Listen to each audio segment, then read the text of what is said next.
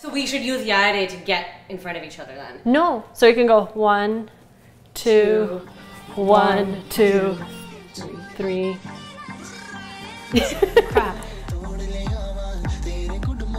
Definitely for me growing up, that's how I identified with my culture, is through dance. My parents played music as a child and literally said, okay, go dance. Even going through the songs, we were picking songs that maybe our parents would have liked and I would have liked when we were younger, and kind of looking at the different places that these songs have taken and what cultures that they bring. Like each song kind of has a different culture to it, so it really ties in a whole lot of India within one performance.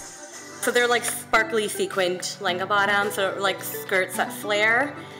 Something a little more fancy for a 200 guest performance. We thought it needed to be a little more sparkly.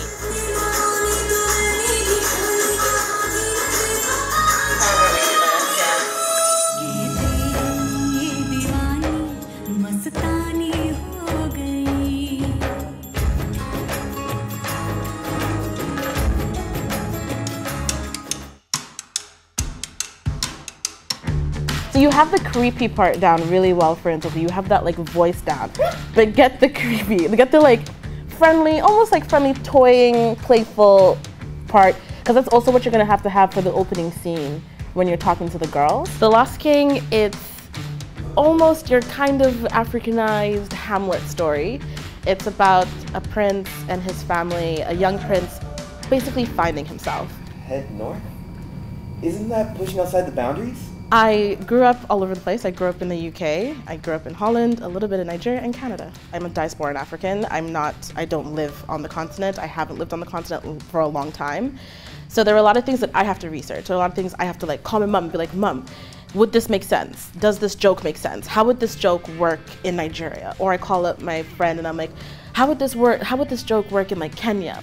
The girl who's playing like your wife is like this, like she's small and you can like pull her into you, and I want you to pull Sasha into you, and like literally remember when I was talking about like I literally want you to inhale her. Whenever like I read the plays and I like write the plays, sorry, and like people are performing them, I love it because I feel like I'm experiencing my culture in like a really vibrant way, and I love it. Princess Zoka, I was just cleaning, and then I decided to take a seat because I was a little tired. Do you think you are fit to be my wife?